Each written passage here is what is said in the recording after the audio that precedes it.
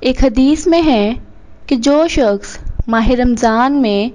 حلال کمائی سے کسی روزہ دار کو روزہ افطار کرائے، اس کے لیے رمضان کی ساری راتوں میں فرشتے دعائیں کرتے رہیں گے،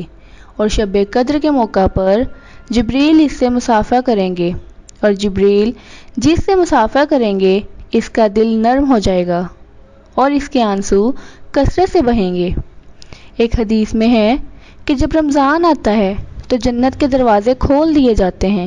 اور سارا مہینہ ان میں سے ایک دروازہ بھی بند نہیں کیا جاتا، اور جہنم کے دروازے بند کر دیے جاتے ہیں اور سارا مہینہ ان میں سے ایک بھی دروازہ نہیں کھولا جاتا۔ سرکش جنات کو قید کر دیا جاتا ہے،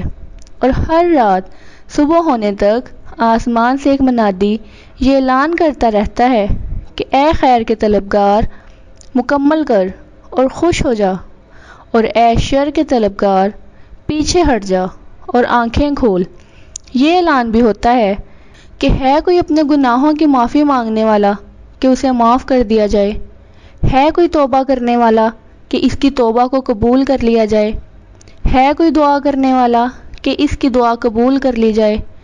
ہے کوئی سوال کرنے والا کہ اسے عطا کر دیا جائے۔ اور روزانہ افطار کے وقت اللہ تعالیٰ جہنم سے 60,000 لوگوں کو آزادی عطا فرماتا ہے، اور جب عید الفطر کا دن آتا ہے تو پورے مہینے اس نے جتنے بندوں کو جہنم سے آزاد کیا ہوتا ہے 30 مرتبہ 60,000 اتنے ہی اس دن بھی آزاد فرماتا ہے۔ جزاک اللہ۔